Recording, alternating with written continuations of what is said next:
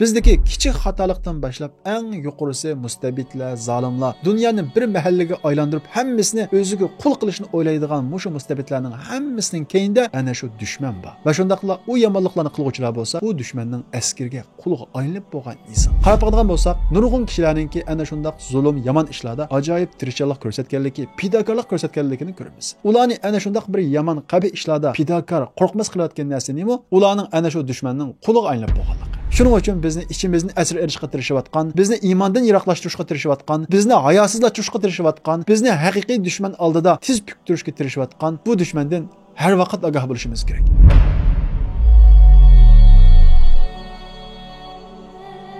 Allah Taala insoniyatning tunji atisi bo'lgan Odam alayhissalomni yaratgandan keyin Odam va uning avlodlarining bu hayoti dunyodagi, ya'ni imtihon hayotidagi eng chong dushmanni Odam alayhissalomga amaliy shaklda tunutgan. Va shundaqla Alloh Taala Odam otamiz va Havo onamizni bu imtihon hayotiga tushirgandan keyin butun insonlarning mana mushu dushman bilan mujodala qilib yashash kerak ekanligi, mushu mujodala, mushu kurashda u dushmanni yengilsa, uningga mag'lub bo'lmasa, uningga al bo'lmasa, ondan keyin bu imtihondan o'tib jannatga kiradiganligini xabar bergan. Bu Adam alayhissalomdan keyin kelgan bütün payg'ambarlar o'zining ummatini bu dushmandan ogohlantirgan. Bizning payg'ambarimiz Muhammad alayhissalom sahobalarni va bizlarni bu dushmandan ogohlantirgan. Bizning kitobimiz Qur'on Karimda bu dushman haqida yuzlarcha oyat bor. Va shundaqla bu dushmanning bizni ozdirish yo'llari, hiyla mekrlari, qiltaqlari haqida Qur'on Karim tafsiliy to'xtaladi. Undaqda bu dushman kim?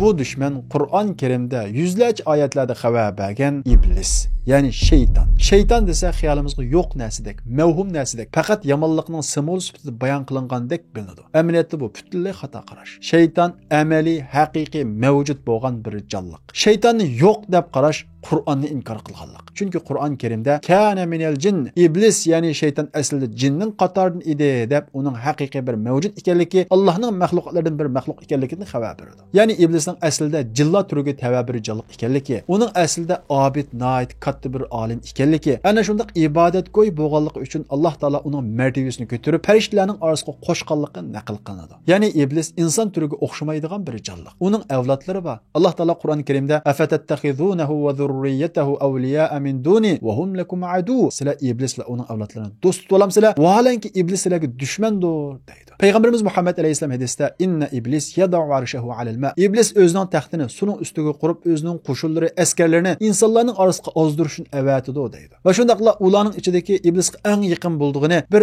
ayolning o'ttirisini buzib etgani deydi. Ya'ni erini kuch ko'rtib, ayol qarshi qilib, ayolni erga qarshi kuch ko'rtib, ikkisining o'ttirisi ziddiyat paydo qilib bir oilani buzgan bo'lsa, bir iblisning balasi, o iblisning balasi iblisga eng yaqin bo'ladi deydi. Demak, bizning oilamizning buzilishi, taloqning ko'payishi, jamiyatning inoqsizlikqa turishi, kishilarning birsi-biriga ishonmasligi, bir jamoatchilik va yoki bir muassasaning ichiga ziddiyat ixtilofning tushib, vayron bo'lishi, ikkiga bo'linishining keyinda bizning o iblisga agashganligimiz, iblisga aldanganligimiz, iblisning vasvasining keyniga kirganligimiz yotadi. Ya'ni biz iblisning hilm-hikmalarini bilmagan bo'lg'achqa, iblis bizga vasvasa qiladi. Biz bu shaytonning vasvasi, bu shaytonning qiltiqi deb uni ayirolmagan bo'lg'achqa, xiyolimiz kelgan u vasvasa bilan harakat qilamiz, oilamizda ziddiyat paydo bo'ladi, muassasa, shirkat va undan boshqa tashkilot, jamoatchiligimizda ixtilof ko'payadi. Payg'ambarimiz Muhammad alayhissalom hadisda inna shaytona qad ya'isa an ya'budahu al-musalluna fi jaziratil arab walakin fi at-tahrish baynahum. Shayton Arab yarim oralda sizlarni butga ibodat qildirishni umid o'zdi. Lekin shayton sizlarning oranglarda birsi-birlarini ziddiyatga silib, mana shunda qiltaqlarni quriydi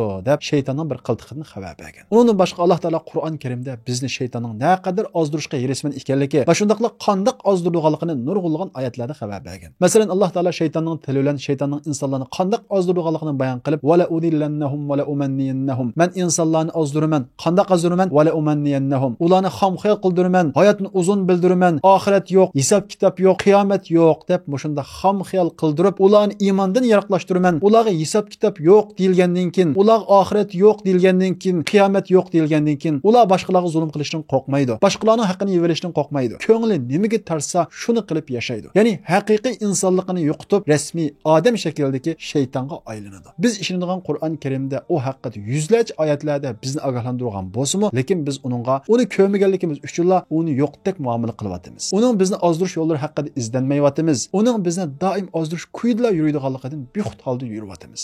Neticede xata yo'llar kundan kunga ko'zimizga to'g'ri ko'rinyotdi. Hayosiz qilmishlar har xil bahonalar ostida jamiyatimizga tarqalyotdi, oilamizga singib kiryotdi. Kelgusimizni ansirab, piqirchilikdan qo'rqib, boshqalarning haqqidan qo'rqmaydigan, harom bo'lsin, halol bo'lsin, shubilik bo'lsin, ormay pul tepishni o'ylaydigan mushu holat qarab ketyapmiz. Buning hammasi bizning xiyolimizga, bizning fikrimizga ta'sir ko'rsatib, bizga xatoni to'g'ri, hayosiz ishlarni normal ko'rsatayotgan ana shu dushmandan bexud yurganligimiz. Agar u dushmanning bizni ozdirish yo'llari haqida izlanmasak, bu dushman bizga xato yo'llarni to'g'ri ko'rsatib, hayosiz ishlarni normal ko'rsatib bo'ldi qilmasdan, bizni o'ziga el qiladi, askar qiladi. Bizni o'ziga qo'l qilib askar qilib bo'lgandan keyin biz xato yo'llarga boshqalarni chaqirishga boshlaymiz. Hayosizlikqa, boshqalarning haqqini yeyishga, boshqalarga zulm qilishga, biz boshqalarni targ'ib qilishga boshlaymiz. Mana bu vaqtda biz u dushmandan bexud yurgan bo'lg'achqa, u dushmanning bir askariga aylanib ketgan bo'lamiz. Demak, shayton mana shundoq ozdiradi. Bu sababni Alloh taolo Qur'on Karimda "Inna shaytona lakum aduwwun fattakhizuhu aduwwa." Haqiqatan shayton sizlar uchun dushman, uni dushman tutinglar. Uni yo'q narsadek muomala qilmanglar. Sizlarni doim ozdirish ko'yida yuradigan, sizlarga haromni yugizish ko'yida yuradigan, sizlarga xato ishni to'g'ri ko'rsatish ko'yida yuradigan, axloqsizlikni normallashtiradigan shundoq bir dushmanlar bor. Undan diqqat qilinglar, uni dushman tutinglar deydi. Yana bir oyatda Alloh taolo "Ya ayyuhallazina amanu dukhulu fis-silmi kaffa." Ey Allohga ishongan kishilar, islomga bir butun holatda kiringlar. Va la tattabi'u xutuvati shayton. Shaytonning hiyla-mekilariga, qiltaqlariga, tuzoqlariga, sizlarni qadam-qadam ozdiradigan bundaq hiyla-nayranglarga aldanmanglar. Chunki shayton sizlarni ana shundoq nafsinglarga ig'ir kelgan, badal to'lashni talab qiladigan yerlarda sizlarga boshqa bir fatvo chiqarish, boshqa bir yo'lni ko'rsatish orqali u yerga sizlarni amal qildirmaslikka tirishadi. Ya'ni sizlarni islomning bir qismiga amal qildirib, bir qismiga amal qildirmay, xuddi Yahudi va Nasrolardek islomdan yiroqlashtirishga tirishadi. Shaytonning asla va asla bu tuzoqlarga ergashmanglar. Udkhulu fis-silmi kaffa. Islomga to'liq amal qilinglar. Hargizmi islomning bu hukmi hozirgi davrga mos kelmaydi. Bu qismi mos keladi, u qismi mos kelmaydi deb bu xil shakldagi Yahudi va Nasrolarga o'xshash bo'lib qolmanglar. Innahu lakum aduwwun mubin. U shayton sizlar uchun uchuq bir dushman. Ya'ni ana shundoq islomning bir qismiga amal qildirib, bir qismini sizlarga sat ko'rsatib yoki ig'ir ko'rsatib, yoki har xil fatvo, har xil bahonalar bilan u yerga sizlarni amal qildirmay islomdan chiqarish uchun tirishadi. U sizlar uchun uchuq bir dushman. Uningga ergashmanglar deydi. Ya'ni Alloh taolo bu oyatda shaytonning bizni mana shundoq qadam-qadam dastlabida islomning bir ishini, ondan keyin yana bir ishini, ondan keyin yana bir ishini inkor qildirib yoki amal qildirmay islomdan yiroqlashtirganligini xabar beradi. Yana bir oyatda Alloh taolo "Ya ayyuhan nas kulu mimma fil ardi halalan tayyiba va la tattabi'u xutuvati shayton innahu lakum aduwwun mubin." Ey xaloyiqlar, Alloh sizlarga rizq bergan narsalardan, zimindagi narsalardan halol va pok niyanglar. Va la tattabi'u xutuvati shayton. Shaytonning hiyla-mekirlariga ergashmanglar, qiltaqlarga ergashmanglar. Innahu lakum aduwwun mubin. U sizlar uchun uchuq bir dushman deydi. Ya'ni shaytonning bir eng mashhur hiylelaridan birisi shuki, bizga harom yugizish. Shayton bizga harom yugizib bo'lgandan keyin bizga yugan silib olgan bo'ladi. Chunki bizning amallarimiz, duolarimiz qabul bo'lmaydi. U vaqt shayton bizni nega boshlasa boshlay oladi. Undan boshqa shayton bizni fiqirchilik bilan qo'rqitadi. Natijada bo'lsa, biz fiqirchilikdan qo'rqib, pulimiz oz qolamdiki deb Alloh yo'lida zakot bermaymiz, sadiq qilmaymiz. Alloh taolo shaytonning bu hiylasini Qur'on Karimda bayon qilib, "Ash-shaytonu ya'idukumul faqra va ya'murukum bil fahsha." Shayton sizlarni fiqirchilik bilan qo'rqitadi deydi. Ya'ni inson fiqirchilikdan qo'rqib qolgandan keyin u insonninki halol haromga bo'lgan o'lchimi tuvallaydi. Ya'ni piqirib qolmay deb harom bo'lsa topadigan, shubilik bo'lsa uni soladigan shunday holatga keladi. Va shundaqla inson piqirchilikdan qo'rqqan vaqtida Alloh taolo buyurgan bir musulmondachilikning belgisi bo'lgan zakot berishdan boshini tortadigan holat keladi. Ya'ni sadiq qilish qoladi, sadiq qilmaydi, ondan keyin zakotga ig'ir keladi. Asli inson sadiqini oz bo'lsa qilib tursa, u qilgan sadiqasi zakotni qo'g'daydi. Ammo shayton bizning qalbimizga piqirchilik kelgusini ansash bu andishni sap qo'ygandan keyin sadiqimiz to'xtaydi. Sadiqimiz to'xtagandan keyin zakotni azaltimiz va yoki har xil fatvolar bilan zakot berishni qechishga tirishimiz, oxirida zakot berishdan bosh tortib bir musulmondachilikning eng aqalliy majburiyatini ado qilishdan mahrum bo'lamiz. Alloh taolo bu oyatning davomida bo'lsa, "Vallohu ya'idukum maghfiratan minhu va fadla." Shayton sizlarni fiqirchilikdan qo'rqitib, kelgusini andish qildirib, halol haromga bo'lgan o'lchimlarni tuanga tushirgan bo'lsa va shundaqla sizlarni Alloh yo'lida sadiq qilish va zakot berishni to'sgan bo'lsa, "Vallohu ya'idukum maghfiratan minhu." Alloh sizlarni mag'firat bilan afu qilish bilan va'da qiladi va shundaqla Alloh sizlarga fazli bilan, ya'ni texmi ko'p berish bilan va'da qiladi. Ya'ni ko'p berishini sizlarga va'da qiladi deydi. Demak, shayton bizni ana shundaq bizning eng ojiz nuqtamizni hujum qiladi. Shunga shaytondan asla va asla bexud bo'lmasligimiz kerak. Shaytonning vasvasalarini bilishimiz, uning qiltaqlarini, tuzoqlarini bilishimiz kerak. Chunki shayton tashqi dushmandan xatarli. Chunki tashqi dushman bizga zulm qilgan bo'lsa, bizga hujum qilgan bo'lsa, uning dushman ekanligini ochiq oshkor bila olamiz. Ammo shayton bizga ichimizni hujum qiladi. Bizning fikrimizga ta'sir ko'rsatadi. Bizning ma'dan qadamlarimizni o'zgartirib o'tadi. Qimmat qarashlarimizni o'zgartirib o'tadi. Ichimizdan bizga hujum qilib, bizni ümidsizlantirib, haqiqiy cho'ng dushman oldida bo'y ekkizadi. Kelgusini qorong'u ko'rsatadi. Nafsimizga agashtirib, u dushmanga, ya'ni tashqi dushmanga bizni hal qiladi. Hatto ig'ir bo'lganda xoin qilib tashlaydi. Shuning uchun bizni ichimizni asir erishga tirishayotgan, bizni iymondan yiroqlashtirishga tirishayotgan, bizni hayosizlashtirishga tirishayotgan, bizni haqiqiy dushman oldida tiz puktirishga tirishayotgan bu dushmandan har vaqt ogoh bo'lishimiz kerak. Chunki bu iblis shaytonning butun ishi bo'lsa, bizni ozdirish, bizni o'z zolimlar oldida tiz puktirish, bizni umidsizlikka patirish, bizni ruhiy jihatda tushkun qilish, bizni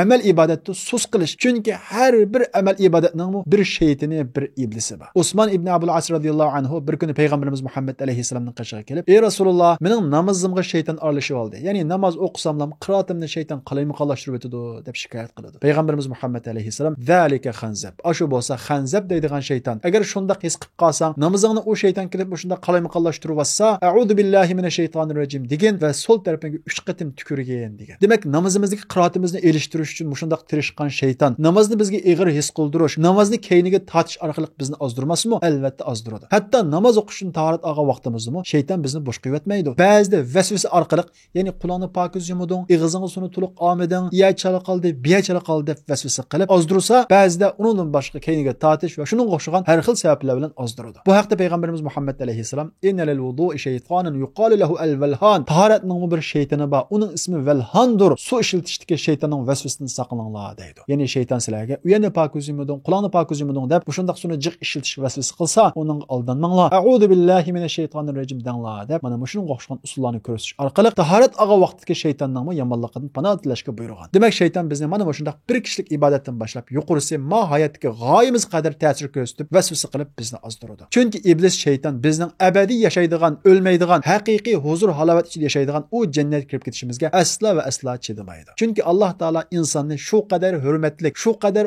ulug' va martabalik yaratganki, Alloh taolo bizni yaratib bo'lgandan keyin farishtalarni bizga sajda qilishga buyurdi. Farishtalarning hammasi sajda qiladi, ammo farishtalarning orasidagi iblis sajda qilishdan bosh tortadi. Chunki iblis mana shunday insondan iborat ulug' va hurmatli maxluqqa hasad qilib, cho'ngchilik qiladi. Alloh taolo Qur'on Karimda "Ma mana'aka alla tasjuda iz amartuk." Men seni odamga sajda qilishga buyursam, nimishqa sajda qilmaysan deydi.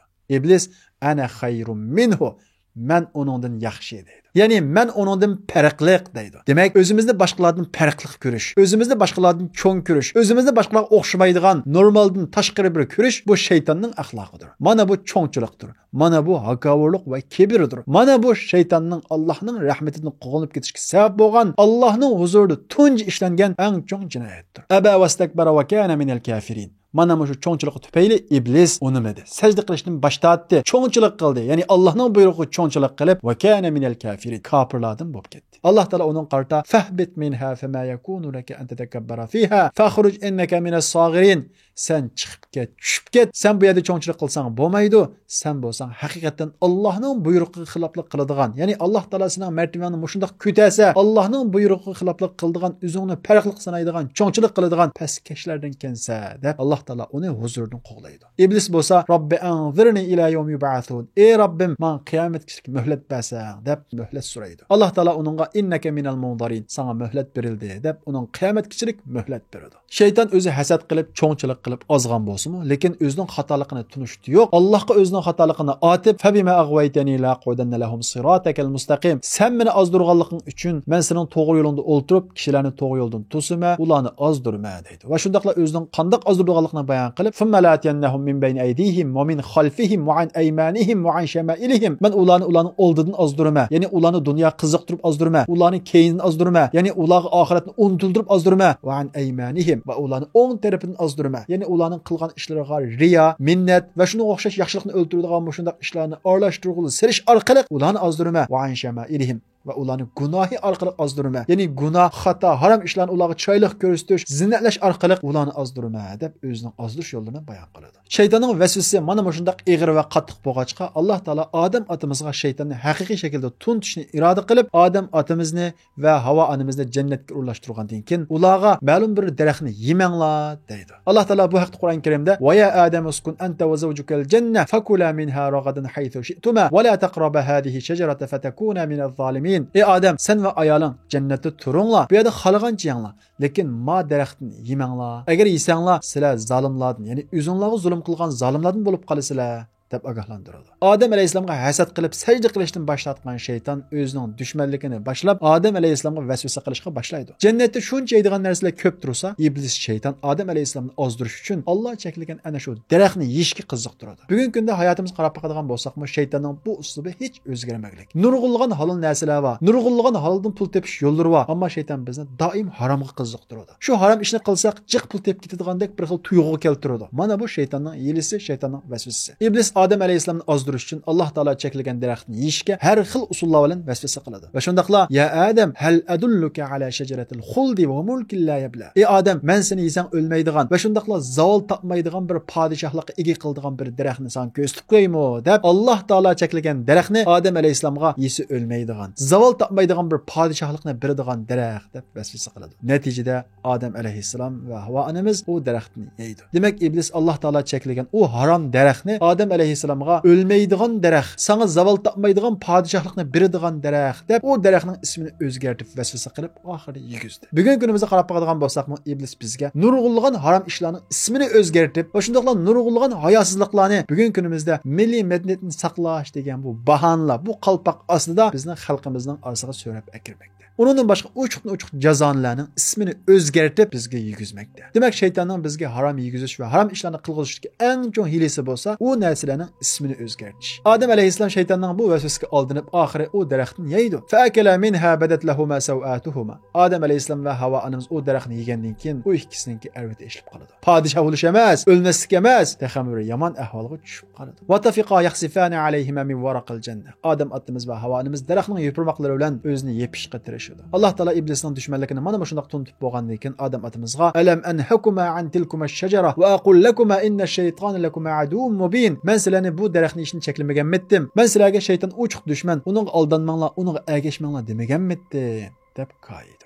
Odam otamiz iblisga o'xshash cho'ngchilik qilmaydi. Robbana zalamna anfusana va illam taghfir lana va tarhamna lanakunanna minal khosirin. Ey Robbimiz, biz xatolashibdik. Biz o'zimizga zulm qildik, bizni mag'firat qilgan deb Allohga duo qiladi. Iblis xatolik o'tkazdi, cho'ngchilik qildi, huzurdan qo'landi, kofirlardan bo'lib ketdi. Odam alayhissalom xatolik o'tkazdi, ammo tavba qildi, Alloh ularni afv qildi. Demak, inson xatolashadi. Muhimi iblisning yo'lini tutishmi va yoki odamning yo'lini tutishmi? Bir odam iblisga ergashib, iblisga askar bo'lib ketgandan keyin xatoliqdan yenish emas, xatoligida hakovorlik qiladi. Ammo iblisga aldanmagan bir inson xatolik o'tkazadi, lekin xatolik o'tkazibla pushaymon qiladi. Hargiz xatoligiga chaqirmaydi, xatoligida cho'ngchilik qilmaydi. Alloh taolo Odam otamiz va Havo onamizga iblis shaytonning dushmanligini mana shunday amaliy shaklda tunitib bo'lgandan keyin ihbitu ba'dukum li ba'din aduwwu va lakum fil ardi mustaqarru va mata'un ila hin. Endi sizlar birlikda mana shunday birisi-birsinlarga dushman bo'lgan holda zaminga tushinglar deb ma dunyo hayotidagi imtihonni boshlaydi. Ya'ni insonlarning ta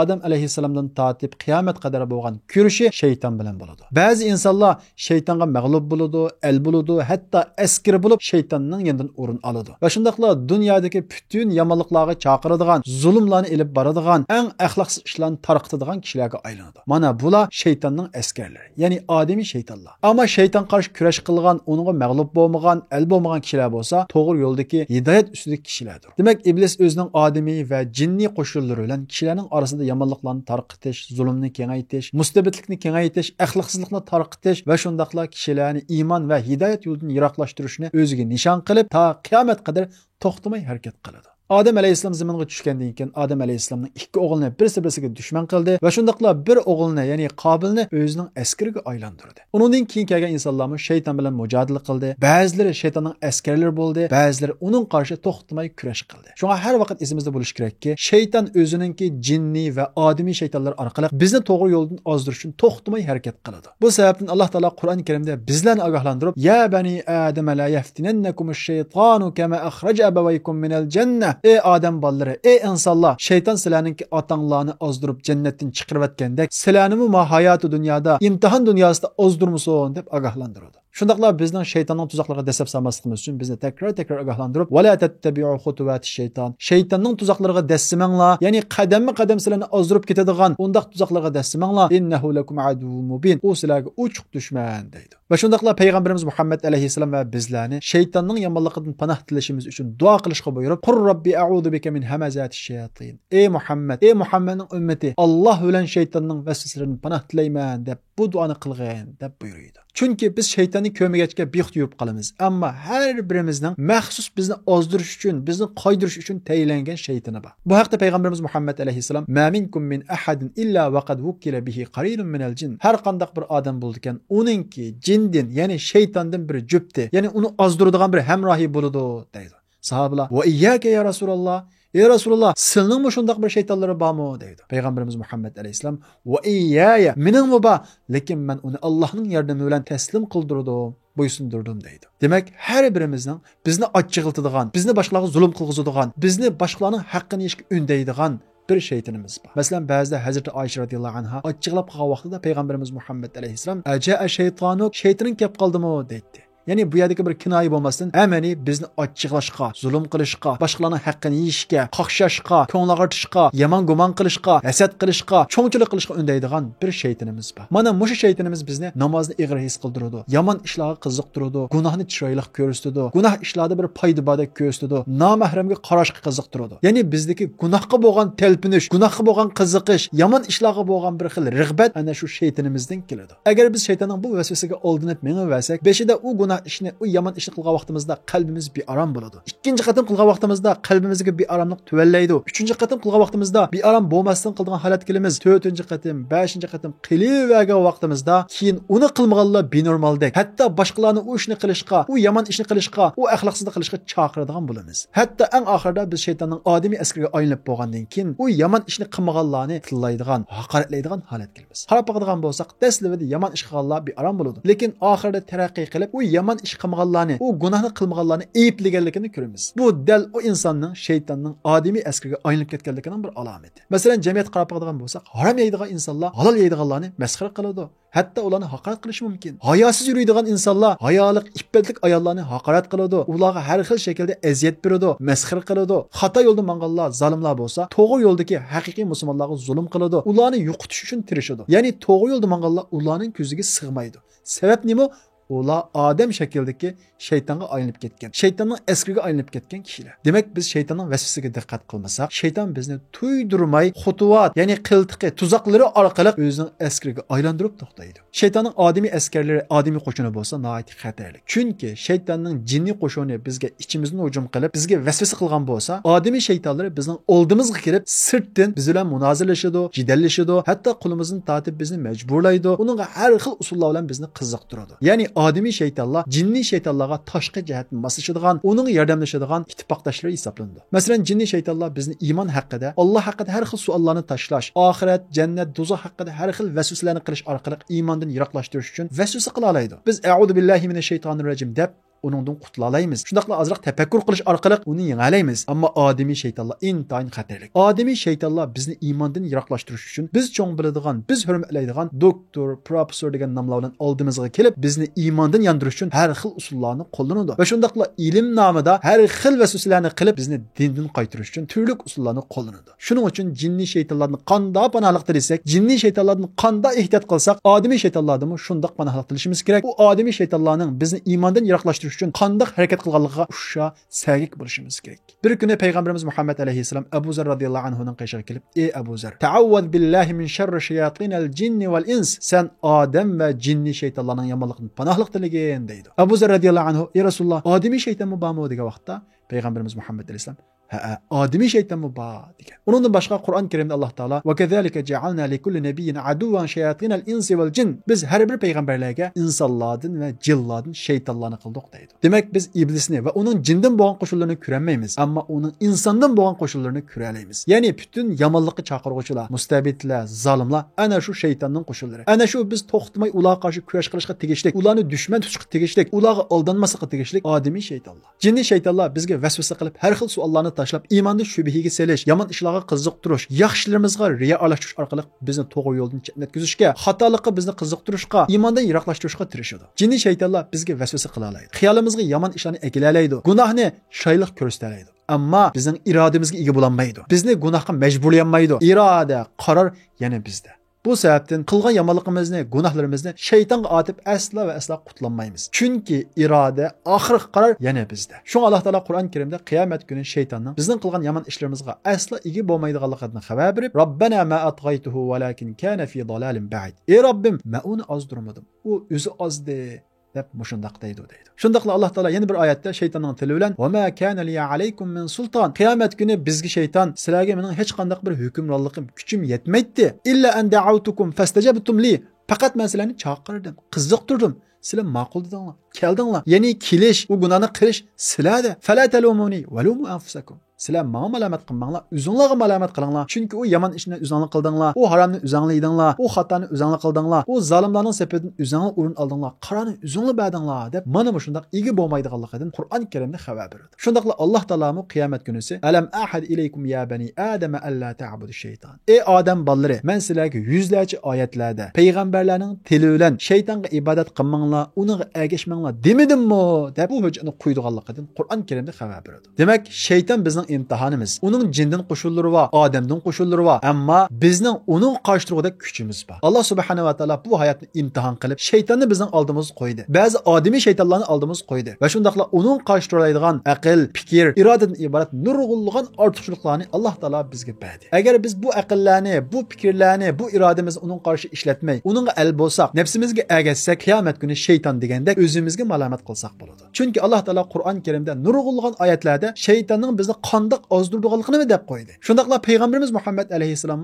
shaytonning hiyla mekrlaridan bizga xabar berdi. Hamda biz o shaytonga yo'qdek muomala qilib, uning bizni ozdirish yo'llarini bilmay, izlanmay, ma'lumotga ega bo'lmay, shaytonga olinib ketsak, bu kimning xatoligi? Albatta o'zimizning xatoligi. Shuning uchun har bir musulmon birinchidan shaytonga aslo va aslo yo'qdek muomala qilmaslik kerak. Uning doim bizni ozdirish kuyida yuradiganligi, shundaqla u necha million insonlarni ozdirgan bo'g'achqa, bu jihatda nihoyat tajribali. Bizning eng ojiz nuqtamizdan kelib bizga hujum qildiganligini bilishimiz kerak. Va shundaqla Qur'on Karimda Alloh taolo xabar bergan shaytonning ozdirish yo'llarini hammani bilishimiz kerak. Biz inshaalloh bundan keyingi darslarimizda tafsiliy holda shaytonning insonni qandoq ozdiradiganligi, qilgan amalni qandoq yo'qqa chiqaradiganligi, hayotdagi g'oyasini qandoq behuda ishlarga o'zgartirib o'tadiganligini tafsiliy to'xtalamiz.